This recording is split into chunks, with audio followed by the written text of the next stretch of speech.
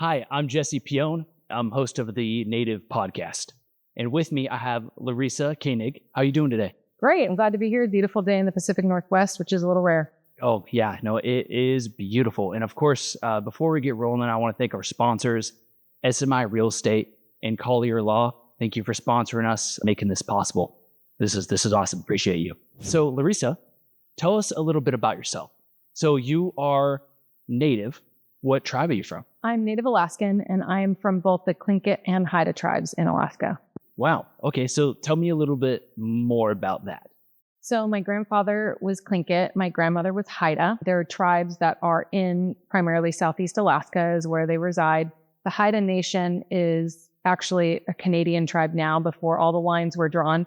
And they come from Haida Gwaii Island, which is actually in the BC area now of Canada. And my grandmother was born in Craig, but all of my family line from her traces back to Haida Gwaii. Wow. Seriously. That's crazy.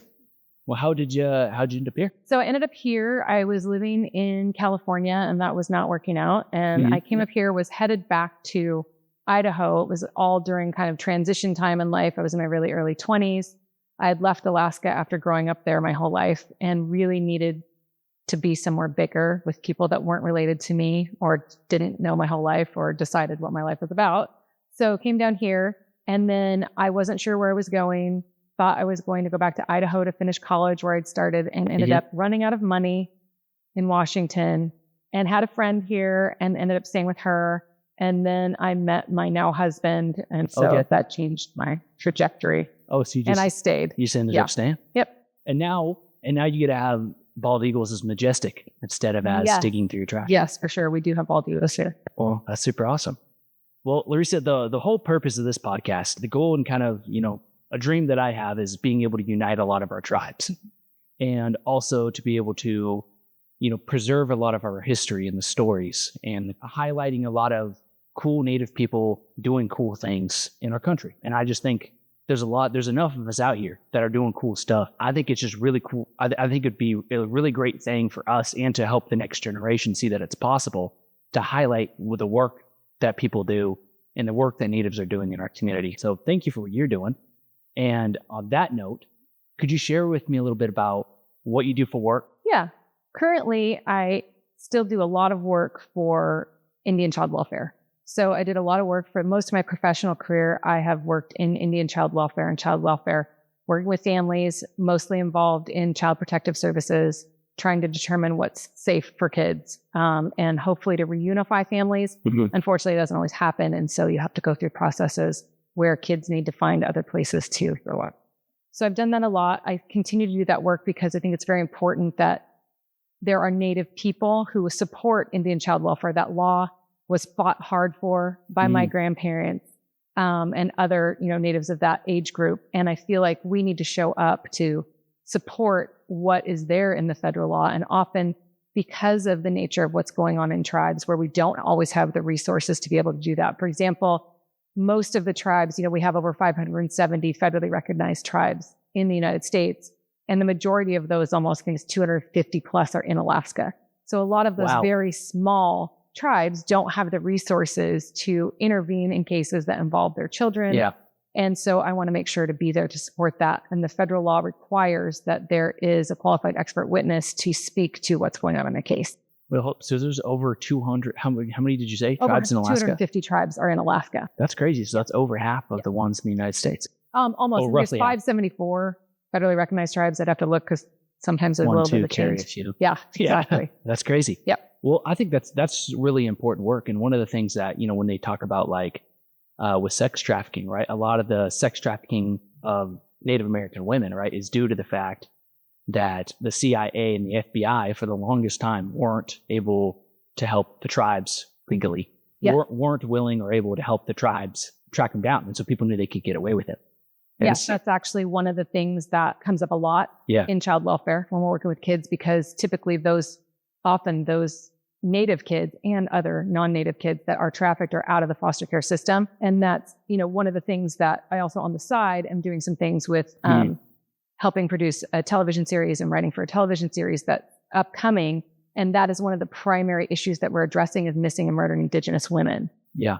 It's crazy. I mean, it's such a horrifying thing because it's like, you're just trying to like, if you're trying to have a family and just raise them, like, especially like being Native and you see those numbers, like it's staggering the difference. And so I think the work you're doing is, I think, really important. It's got to be really hard. Yes, definitely hard. It's definitely hard work as far as learning how. It took a long time for me to learn how to disentangle and to leave things at work, which you can't really do. These are children. And so you're constantly worrying about kids and what's going on with them. And what you were speaking about regarding the FBI and the way that most of America, I would say, doesn't understand how this process works on reservations. And on reservations, even if they have their own legal system and they have their tribal courts, there are only, I don't know how many, I think there might be 2 that can enforce a felony, that can charge a felony. Seriously. So tribal courts typically are not permitted to do that. That's not something that they can do. So if you have a felony issue, then you have to call in and request the FBI, and they can decline their participation. And so I did experience that in working in child welfare, where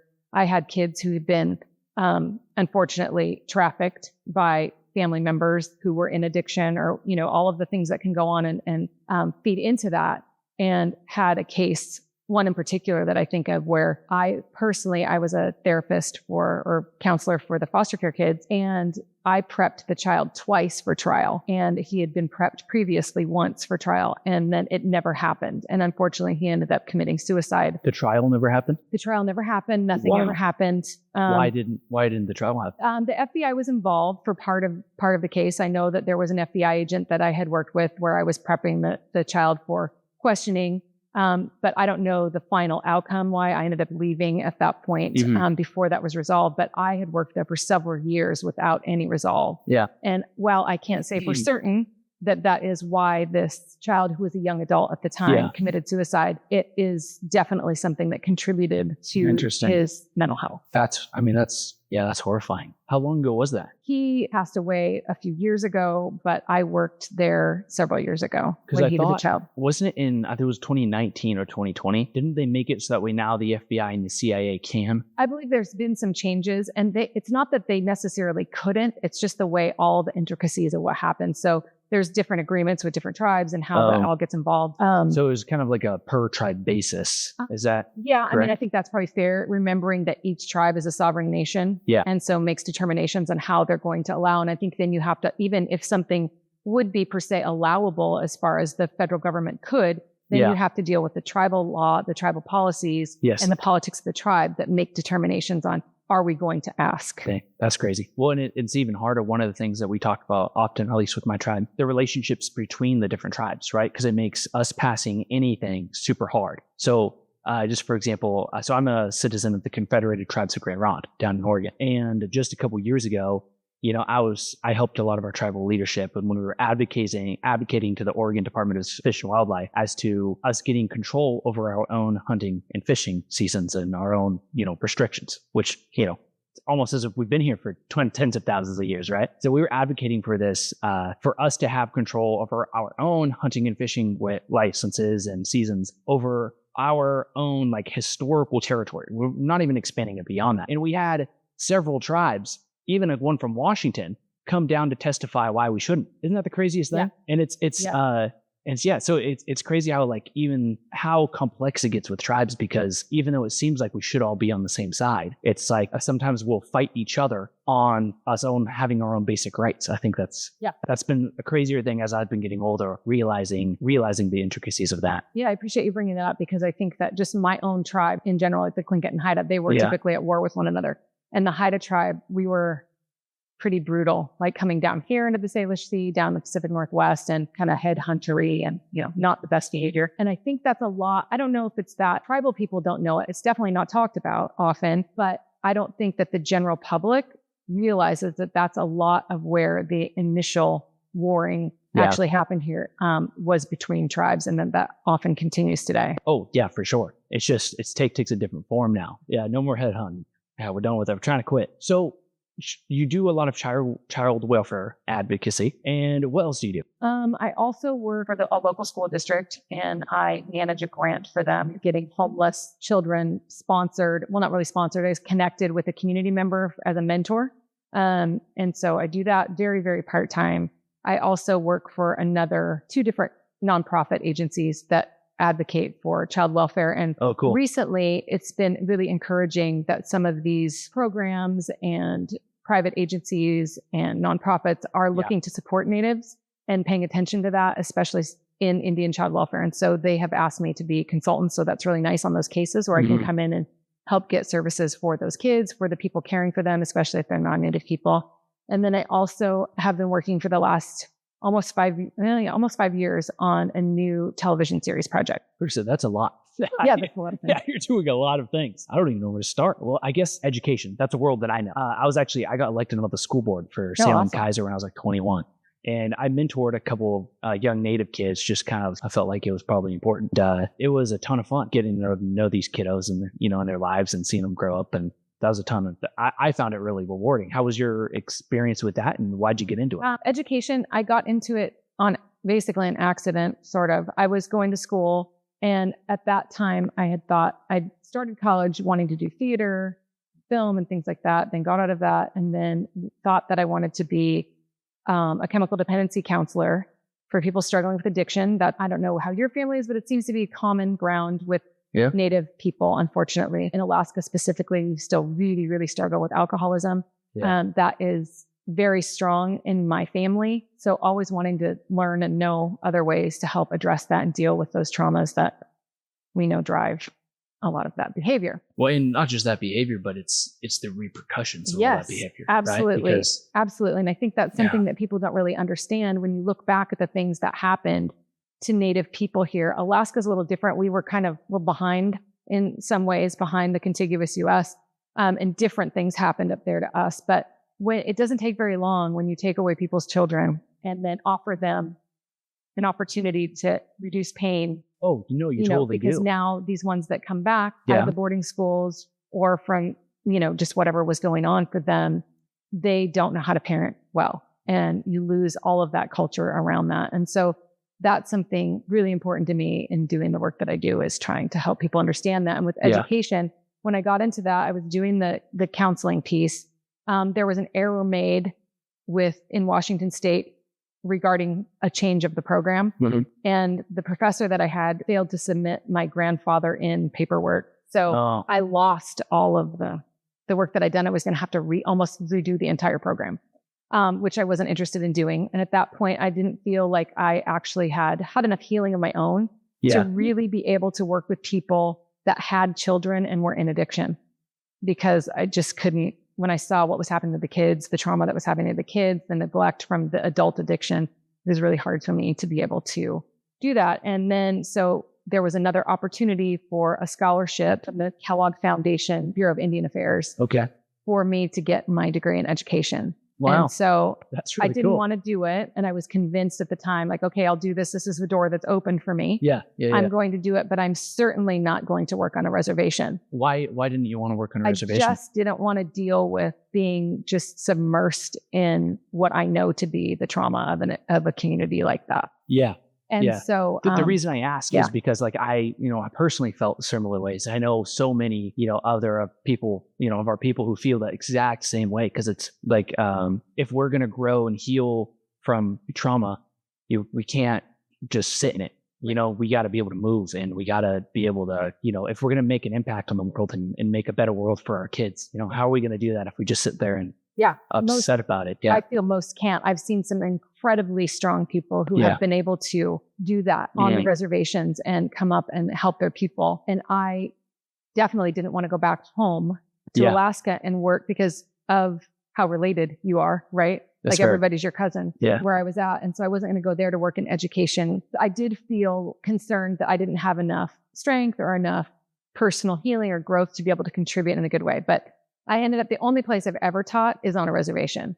That's really cool. Yeah. So I did it. It was one of the best things I've ever done. I was able to convince the tribe that I worked for to allow me to loop with my kids. So I started with 6th graders, and I was just very convinced and convicted that kids needed to know consistency. They need to know someone who's going to be their cheerleader, who's going to be there every day and be consistent in their life. And I really believe that would impact their trajectory going forward. For sure. And I couldn't do that in 1 year.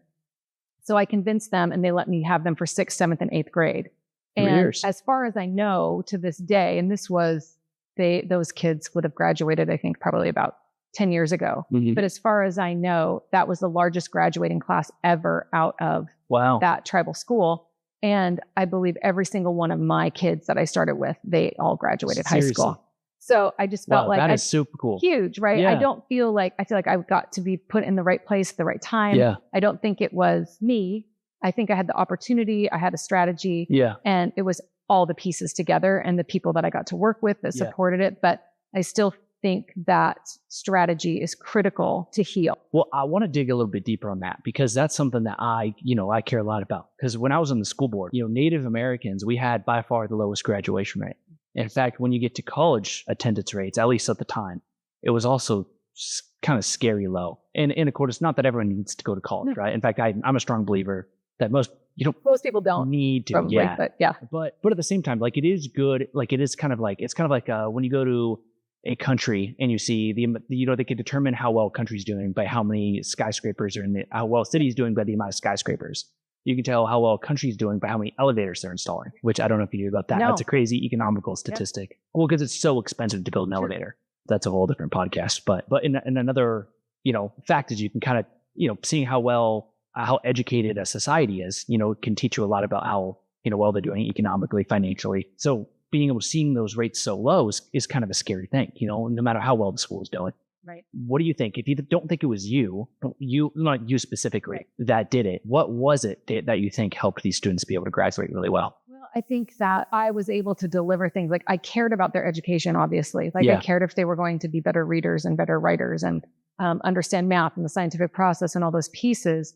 But I felt like, especially on a reservation, there was an opportunity to bring in a more holistic approach, which is typically tribal and Indigenous in the way we function. So I think that environment enabled me to do what I felt was best. And I think that probably a lot of people would agree, but when you're pulling from the Indigenous knowledge, and I just, there's an old saying, it's like actually an African saying, and it's their word. It's not a saying. It's actually just the way that their word hello is translated. And they have a word for hello that means I see you. And I feel like that's what I was able to do with these students is they were all not only at individual levels academically, I think I had 2 out of 14 kids that were at the same reading level.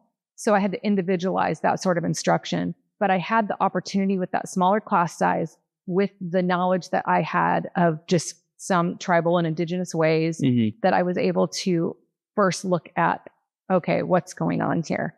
What do you need? Right. And I think we kind of know that when you think of like the psychological world, schools talk about Maslow's hierarchy of needs all the time and those kind of things, but indigenously we know.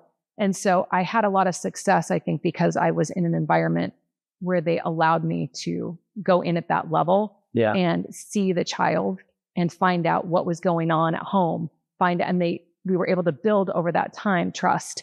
And I think they trusted me. And then I was able to get more information and then able to then resource them more appropriately, which then enabled them to want to come to school, which enabled them to be able to focus when they were at school and more access to actual learning because their brains weren't so focused on the anxiety of what was going on at home or what was going to happen when they went home.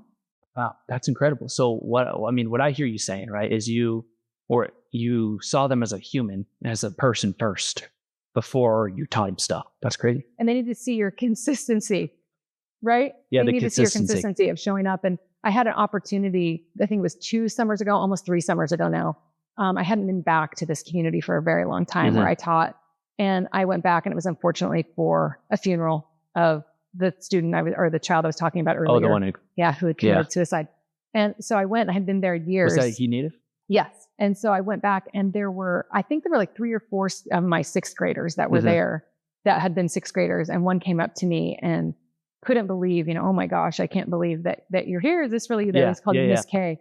And she wanted me to introduce me to her daughter who was going to be going to 6th grade, which was super cool. And then she was texting and calling some of the other students. And she just said, well, can I get your number? And I was giving her my number. And she ended up realizing that I'd promised them when I left that I would never change my number.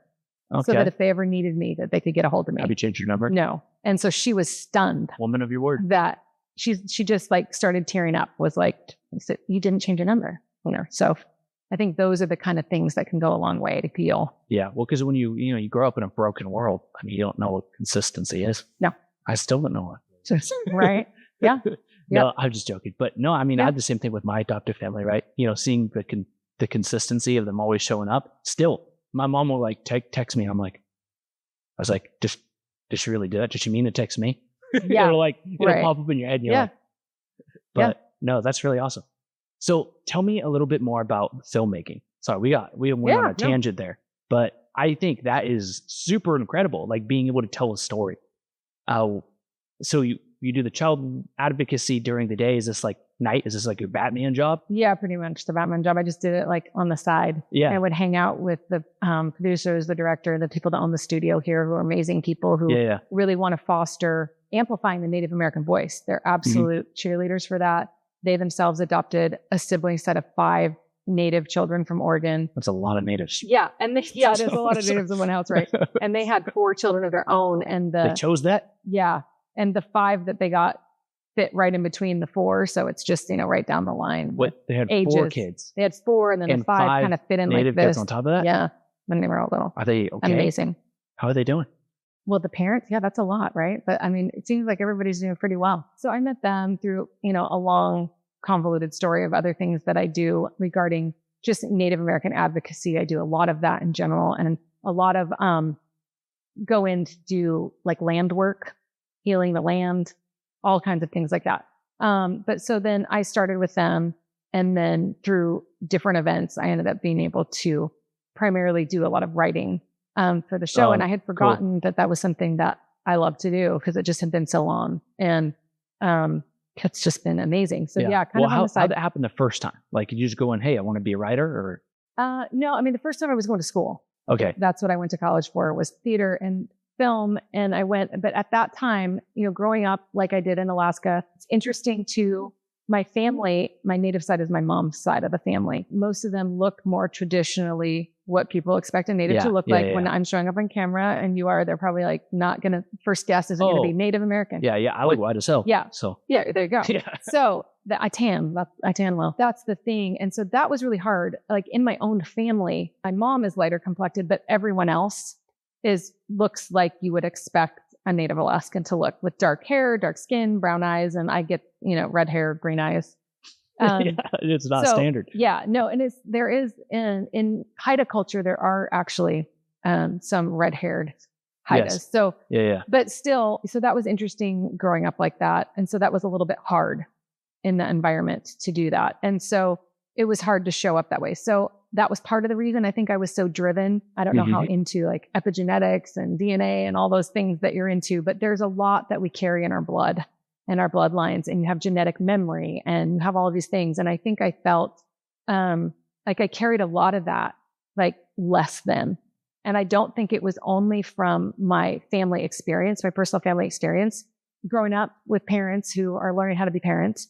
But I think there's a lot of that I carried very heavily in my blood. I think I was a carrier of that. So my motivations weren't right then. And I'm really actually grateful that nothing actually happened then, because I could probably be a statistic, I can imagine, of how I would have entered that world in my 20s. Oh, I see. So then, life happens, you do different things. And so then the second time that it came about, it was just a complete surprise. I was just answering a request of a friend and answering a phone call from Michael, who's the producer at a gas station, to know about my job that I'd worked on the reservations, because not only was I a teacher, when I finished being a teacher, I became a counselor for the child welfare program, and I counseled the foster kids. And so at that time, that was a character in the story at that point. Wow. Was a counselor on a Native American reservation. Oh, that's pretty awesome. Yeah. Oh, since you kind of fit that role. Yeah. So I was just giving information to the current writer at that time about what that looks like. What's life like when you're a counselor? Because it's pretty brutal to be a counselor for kids who have been removed from, on a reservation. Yeah. So I get down. Especially in a tribal program. It's different than the state too, even when we're leaving you sometimes. So I just shared about that. And then through that, we built a relationship, and then I began supporting them. And then I began as a consultant for some of the pieces that were Native American. And then I think, if I recall correctly, they asked me at one point, hey, you want to just take a whack at rewriting this scene, part of this scene? And then we just kind of went from there. Wow. And I remembered I loved. So you just kind of like ran into it, living life, and realized, ran into it. Wow, I really love this. Yeah. Never had done that before. I mean, wrote a play in high school, but besides that was the end of it. Dang. So what have you done since? What do you What are you working on? Well, currently we did a premiere. It was very out of the box. So we were able to complete 5 episodes of the series, and it is. So it's a TV series. It's a television series. Okay. It is set on a fictional Native American reservation in the Pacific Northwest. And do you know X-Files? Do you remember that show at all? You might not. I know of it. Okay, I you know know of it. The Lost? the theme song. Yep. Oh, the You know show Lost? Yes, Okay. I knew the So worst ending. By the way, worst ending. Well, we can say that. I invested 6 years of my life and was very upset. We should have stopped at like season 5 and just been like, you know what, we're okay here. Absolutely. You know? Just finished it. And so actually that is often in my mind. And one Stranger Things, I haven't seen that series. Yeah. But so it's very much about the paranormal, about spirituality, about darkness and light, and the battle that I think a lot of people in common culture wouldn't talk about. Yeah. It's very common for Native culture. We have no problem talking about the spirits that are around and a creator. And that is not uncommon to us. Yeah. And so we're sharing stories about all the things, Bigfoot, UFOs, all of that through the context of. That is really cool. Well, because the Native American lore is a whole nother animal. So is a lot of this series based off of Native American lore, or is it just regular supernatural things? Like, how would that have affected Native Americans? Yeah, regular supernatural things, but currently the first 5 episodes, the majority of these 5 episodes takes place on the reservation. Okay. There's a character, a teenage boy who is, are you familiar with the term seer? Yeah. Okay, Mm-hmm. so he's a seer. And so like, that's just for people who don't. That's like he can see things in the future.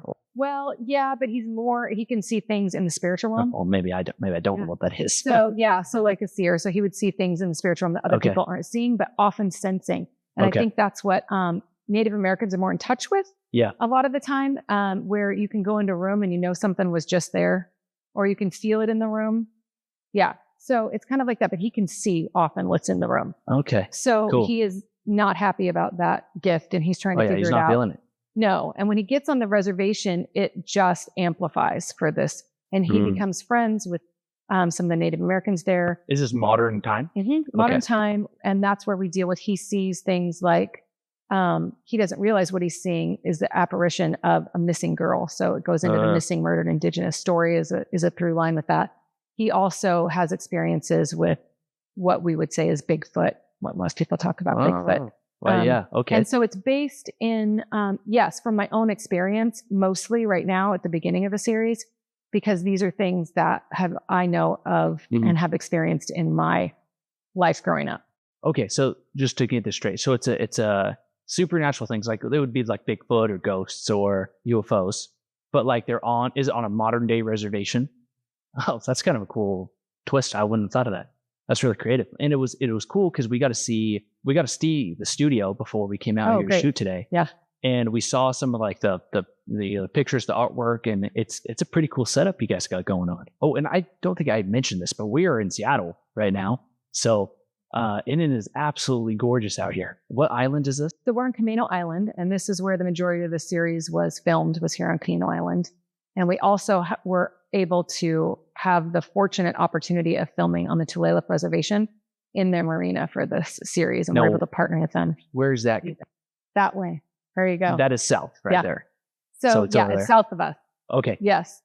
Same here. It was amazing to be able to partner with them. And then with the series, an awesome opportunity that was, this whole series has actually been out of the box because we're addressing themes that haven't been addressed before, not in this way and not with the truth that we have underneath of it. But we were able to do a premiere, and we felt like we were to premiere to the First Nations first. And so we did a premiere at the Tulalip Reservation for all the tribes. We invited all the tribes of Washington State. Oh, cool. And that's the way we chose to do the premiere before putting it out to the world. So that's exciting. How'd it go? It was amazing. Yeah. I think there was a lot of anxiety and fear of the rest of my team around this because in my experience, Native people were not great at RSVPs. No, it's not that's not our wheelhouse. No. We like to show up late. Yeah. In mass sometimes. So yeah. I really we all collectively show up late though. That's the thing. Right. Yeah. So on time. So so it's on time. Yeah. And I found out recently that apparently that's actually something in many other Indigenous cultures. And like I was talking to a woman who said that in Africa, they say the same thing. We just follow African time. So that's kind of funny. Yeah. But yeah, no, I mean, I had a lot of faith that this was the way to go. Like I knew this is what we were supposed to do. I just knew that it was going to work out. But I have to admit, like staring at all those 500 plus chairs before, when we got when there, they're all set up. empty. Yeah. And that was what one of the other producers had said is like, when an event like this fails is because the chairs are empty. And I was like, because I had just been feeling at that moment, like, oh man, there's a lot of chairs. But we actually went into overflow. Wow. Congratulations. It was incredible. We had like what you're talking about with this unity. That was very much in my heart to do. And so I felt like that was critical to invite all of the tribes of Washington state. And that did include a decision was made to invite the Duwamish tribe that is not federally recognized. The purpose in my heart and thought behind that was because I felt it was really critical to have a representation of our Native brothers and sisters that are not federally recognized in Alaska, in the contiguous US, in Hawaii, Samoa. Like, so they're just because you're not federally recognized, a lot of the world doesn't understand that hinders you incredibly. Oh, big time. With resources. A huge hindrance. As a Native person. Absolutely. And so that. And why aren't they federally recognized? That is a very. Is it each one kind of like a weird case or? You mean, yeah, I mean, there's conditions that have to be met with the federal regulations on what constitutes someone who could be federally recognized. So for example, I was born on the island of Wrangell in Alaska, and I am one of 5 Southeast tribes that have not been allotted land. So when, for example, you have the reservations that were allotted here, if you're federally recognized, right? Alaska doesn't have a reservation system. And so they got a lot of different bits of land. It doesn't work that way. It was called the Alaska Native Plains Settlement Act that was settled in 1971. Interesting. But at that time, there were 5 tribes in Southeast Alaska that did not receive their land allotment. And we're still fighting to this day to be able to receive our land allotment. So that's a lot of what I learned from my grandfather about moving forward or things. So a land allotment, is that where like each family gets a piece of land as opposed to everyone's land together as a tribe? It would be the tribe. It would be a reservation. Yeah, basically. It's kind of, but we don't do reservations. There's one in It would Alaska. be land that is owned by. Kind of the tribe would own it. Yes. So like, for example, mine in Wrangell was the Wrangell Cooperative Association. Okay. So the land would be allotted to the Wrangell Cooperative Association that would then make decisions on the use of that land. Interesting. Yeah. And so it's really, it's very curious that it hasn't happened. And your tribe is still fighting for their allotment as well. Yes, these 5 tribes, and we're fighting for it. And so why are you still having to fight for it? Why? Because the federal government is refusing to concede and to give it to us. So what's the reason? There's a lot of whys that I think probably have to do with things that our show will probably address. Like there's a lot of hidden things, and I think the government knows things that they don't want to say. But it's very interesting to me that it's in the Tongass National Forest. I grew up in that area. I was born in Wrangell. Yeah. And when you are an Indigenous person, you're very connected to the land. And so I think that has to do with that particular land. So you guys, your tribe, you said 5, there were 5 tribes? 5 total. Mm-hmm. Well, those 5 tribes, their historical land is in this area, the what forest? Tongass National Forest. Yeah, they're in Southeast Alaska. And interestingly, the criteria. What's weird about the land? Well, it's a national forest right now. There are a lot of things that happen. Like spiritual things, UFOs, Bigfoot. Yeah. Oh, all sorts of things. Like all kinds of things that happen there. That's crazy. I'm going to read up on this. That are connected, that tribal people would be aware of. Like my grandfather, we have something that's similar to Bigfoot. We call it the Kushtaka. So he himself had seen this a couple times. So I have no reason, like my grandpa, I mean, he made up great stories. That was not one of them. I've seen things myself in there. There's a different sense of energy in that place. So, I mean, I think there's things that it's very curious because those 5 tribes either met or exceeded the criteria necessary to become federally recognized and to receive their land allotment. So I believe it was in 1993, there was a study. So are they also not federally recognized? No, we are federally. I think there might be one that's not, but we're federally recognized as Sea Alaska not Sea Alaska, that's our corporation, but Tlingit and Haida, the Central Council of Tlingit and Haida is federally recognized. So most of the people in that area of Southeast Alaska are either from the Tlingit tribe the Haida tribe or the Simpson tribe. Interesting. So Well, that's where they were able to enroll in that federally recognized tribe. But I think it was 1993, it was commissioned by the US government to do a study about all of this. And even their own study came out and said there's no reason that we should not have been allotted our land. We met all the criteria or exceeded it. So we just continue to battle. That's crazy. Well, and that's really good for people to know because, a lot of people think that us being screwed by the federal government, right? They think, oh, well, that was just a long time ago the land was taken. Yeah. What a lot of people don't realize that, like, for example, my tribe just got restored in 1982. My dad was alive. My birth father was, right?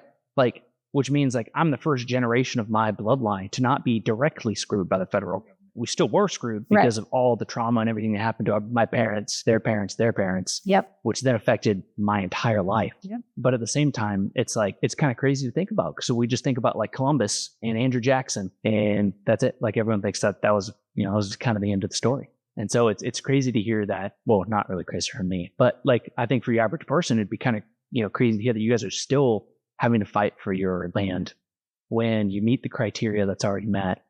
And the land's there. Yep. Yeah. And so that's one of the sad parts of it. Like, because the way INCSA read and with all of the federal government agreements is that you were supposed to have your ancestral lands. And if you didn't have your ancestral lands, you could then, or if you didn't believe the land you were allotted was appropriate, then you could appeal. And I know the community of Haines, the land that was their ancestral land is no longer available because it's been sold to private people, it is, off limits because of the state and federal governments. So, well, we have so in our culture, like that in my tribe, there's a mountain called Spirit Mountain, which is very important to us. Like a lot of our like stories have Spirit Mountain in them, and even our casino team, Spirit Mountain Casino, right? And Spirit Mountain is on land owned by a timber company, and so we can't even. Yeah, you can't even access. I guess with their permission we can go on it, but right. That's how it is. Yeah. That's a lot of how things are, especially with the Tongass being a national forest. So with your tribe's, I guess, landless situation, have you guys been receiving support from other tribes? We have, interestingly, which is really great when we're talking about what you're doing, which I'm such a supporter of that whole unity, because we do need to come back together, because that's the whole point. If you have dissension, if you interject all of this infighting, we're not going to be able to do what we need to do. And so we have had some support from other tribes, which has been incredible to know that you have that support around that, because we talked earlier about what we tend to see in Native communities a lot of the time is that idea of crabs in a bucket. Yes. And we don't want others to be successful. And I think once we can be solid in our identity and be okay with that and really live it out, then we can start to lift each other up, which is what I think that this will do, instead of tearing each other down, because that's just the environment that you've lived in so long that you feel like you got to get to the top, because otherwise you're not going to make it. And that's just that wouldn't be the way my grandfather would tell us to live at all. Yeah. Well, no, totally. Well, and that's one thing that our people have always done well in the past, because while there was a bunch of war there was a ton of war between tribes, and, even tribes had slaves from people of other tribes. We were, very good at that. Yes. And so it's not like, our hands were clean either. No. It's just, other people had metal weapons and we had, we just had different weapons, different technology. Yep. And so, I mean, that's kind of crazy. And so it's really cool to hear, kind of about what you've been doing. And it's, and that's why I'm excited about what we're doing with this podcast, because the collaborative piece is also something that I think we've been good at in the past too, which is, when we weren't fighting, we were pretty good at working together.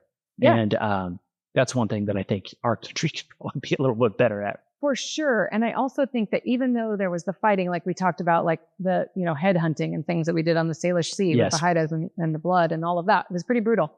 However, I think that one of the things that we really can offer the world right now is the family unit, because even though the fighting might have been going amongst the tribes, that we really had some understanding of family. And that is not something that the world, at least the United States, really struggles with right now, is that family unit and being able to really be there for one another. I was talking to a friend the other day who doesn't know who her cousins are.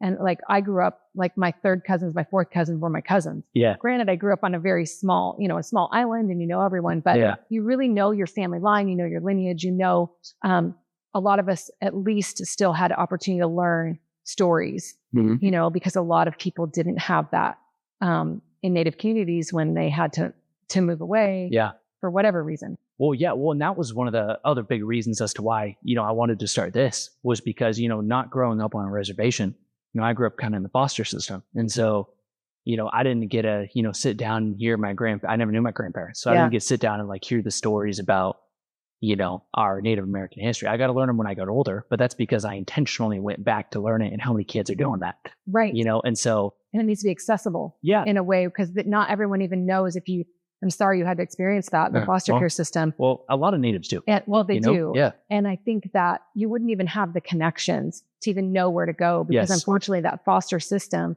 unless your tribe is involved, Yeah. you don't even often know where you came from, who you're connected to. Yeah. And so that's something I experienced a lot with foster families for the non-tribal world that deals with foster. And why I advocate a lot is like, well, why do I have to do this stuff? The kid, they're white, or they don't Yeah. even know their family, or they don't even know their culture and traditions. Well, because they couldn't.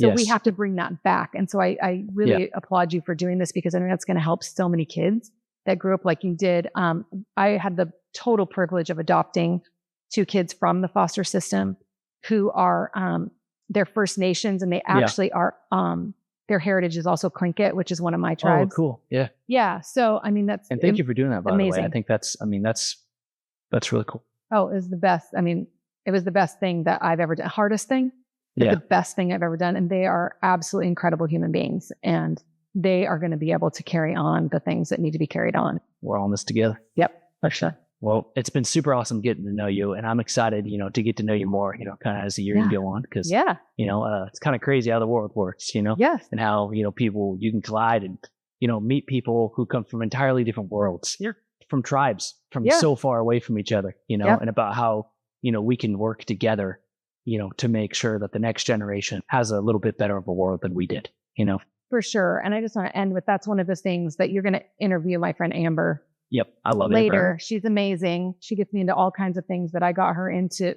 This television series, she actually plays one of the primary characters. She told me that. And and in the story, and not an actress, not any of that, but she's just game for anything to try to help elevate and amplify, right, the Native American voice. And so I was reminded a few weeks ago of Crazy Horse's prophecy about how there was going to be a time when, the nation was just a mess, when people were a mess, and the Red Nation, or the Native people, would rise again at a time when help was needed, and they would help.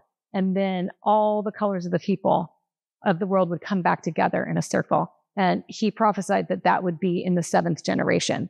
And Amber and I are, interestingly, both 6th generation great granddaughters of Chief Seattle and the Haida Chief Yaltatsi. Wow. And so we feel like this is the time to do a lot of this work. Yeah. Well, I think that's a beautiful story, and I'm feeling a little like Crazy Horse, Good. There you go. We got this. Yep. Well, thank you so much for coming on. Yeah. Thank you for having me. Totally. And thank you again to SMI Real Estate and Collier Law for sponsoring. We're super excited to be able to do this work, and see you next time.